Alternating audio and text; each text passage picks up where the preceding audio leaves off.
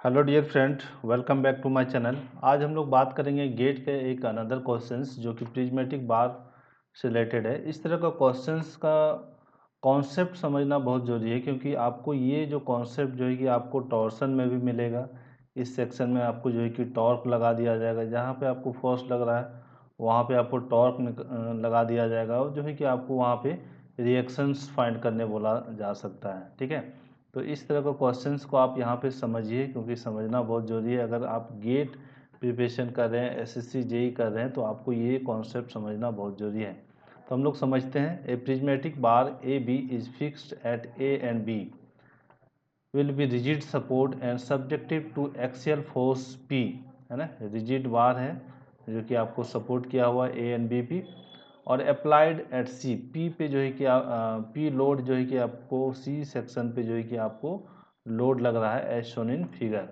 The reactions at A and B and also deflection of A C, इस section में जो है कि आपको डिफ्लेक्शन भी फाइंड करना है। Deflection that means D del जो है कि आपको ए सी सेक्शन में, जैसा कि हम लोग फार्मूला जानते हैं, पी एल बाई ए ई। ठीक है, तो इस सेक्शन पे सबसे पहले हमको फोर्स समझना होगा कि क्या फोर्स लग रहा है।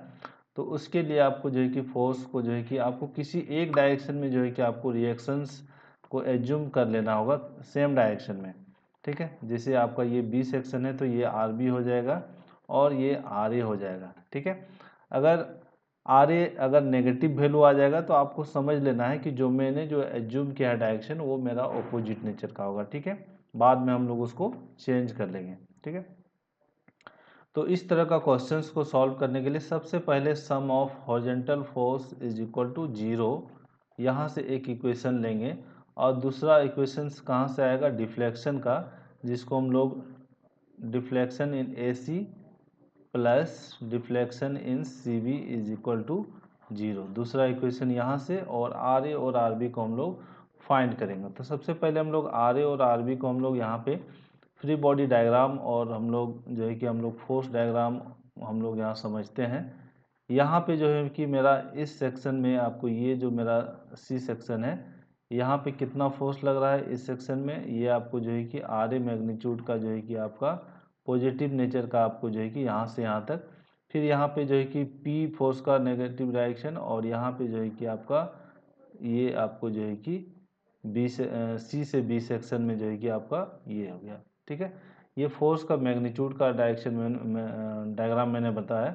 और यहाँ पे अगर फ्री बॉडी डायग्राम अगर यहाँ पे अगर हम लोग ड्रॉ करेंगे तो ये मेरा हो जाएगा, इस तरह का फोर्स लगेगा यहाँ पे। और दूसरा जो है कि आपका यहाँ पे ये ए और सी है, और ये आपका सी और बी है। तो यहाँ पे अगर हम लोग बात करें कि इस सेक्शन पे आर बी लग रहा है कंप्रेसिव नेचर का, तो यहाँ पे मेरा भी क्या लगेगा?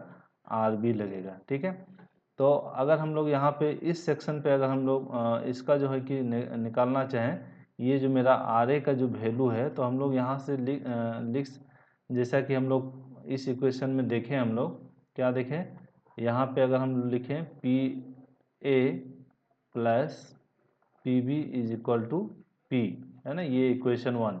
कैसे लिखें? ये आपका देखिए, ये आर बी है, आर बी पॉजिटिव है, और पी मेरा नेगेटिव है, और आर ए मेरा पॉजिटिव है। ये तो यहाँ से हम लोग जीरो कर दिए। Sum of horizontal force is equal to zero, और यहाँ से हम लोग ले आए हैं R A plus R B is equal to P.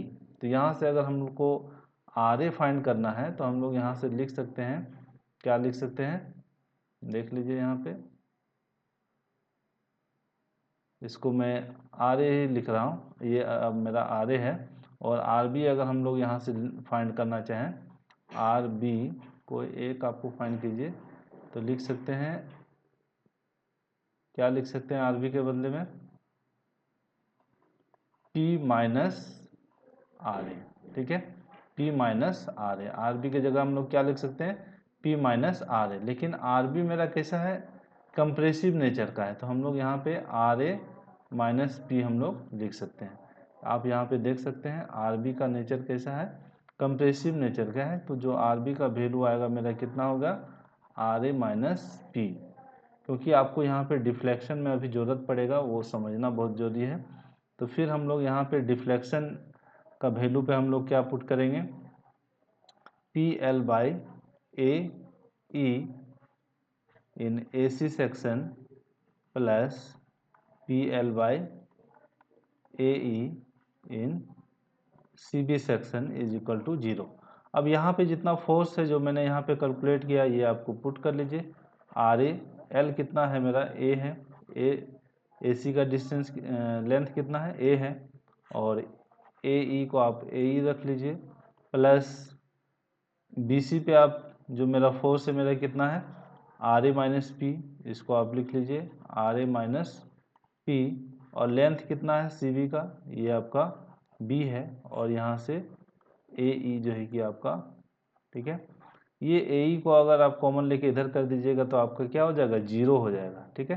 तो यहाँ से आप इक्वेशन लिख सकते हैं, क्या लिख सकते हैं, RA, और यहाँ से RAB हो जाएगा, और ये आपका हो जाएगा A प्लस B, और ये माइनस PB को उधर कर देंगे तो यह मेरा PB आपका पॉजिटिव हो जाएगा। तो RA यहाँ से आप कैलकुलेट कर लीजिए, क्या हो जाएगा, PB/A प्लस B। तो हम लोग इसको लिख सकते हैं सिंप्लीफाई करके PB/L, A प्लस B मेरा कितना हो गया, L, ठीक है। तो ये मेरा RA का वैल्यू आ गया। सिमिलरली अगर हम लोग RB कैलकुलेट करेंगे तो मेरा क्या होगा, PA/L, ठीक है। तो दोनों मैंने RA कैलकुलेट कर लिया, आप RB कैलकुलेट कर लीजिएगा।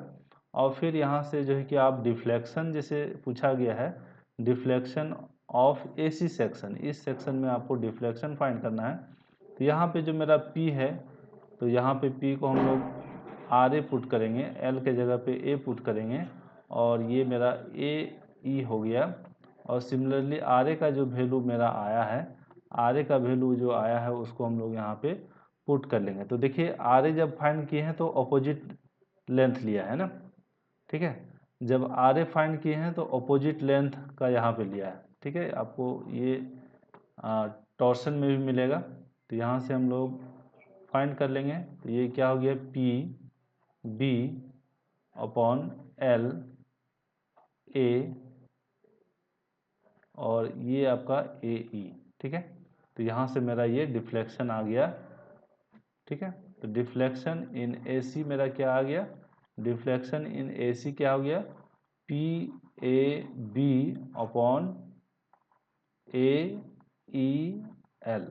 ठीक है। ये मेरा फाइनल आंसर हो गया।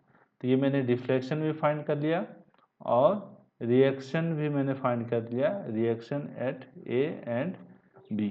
इस तरह का क्वेश्चंस जो है कि आपको टॉर्शन में भी देखने को मिलेगा।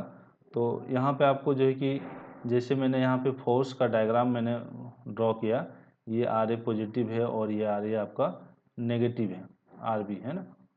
तो नेगेटिव कितने मैग्नीट्यूड का है, RA माइनस P, ठीक है। यहाँ पे मैंने इस तरह से इसको सॉल्व किया है। आप इसको जो है कि कंप्लीट एक बार अपने से सॉल्व कीजिए, एक बार कीजिए, 2 बार कीजिए, क्योंकि आपका लिए ये क्वेश्चन जो है कि फर्स्ट टाइम है। और आप चाहें तो इसको ये जो मेरा डायरेक्शन है RA का, तो जैसा कि मेरा RA पॉजिटिव आया, तो आप चाहें तो इसको आप इस डायरेक्शन में भी लेके आप इसको बनाइए। तो आपको देखिए RA जो है कि आपको वहाँ पे नेगेटिव आएगा। तो नेगेटिव आएगा जो है कि कहने का मतलब है कि जो मैंने एज्यूम किया है डायरेक्शन उसके वो गलत है ना। जैसे मेरा RA यहाँ पे पॉजिटिव आ गया है ना, पॉजिटिव आ गया, तो दैट मीन्स मेरा जो एजम्पशंस है वो सही है ना।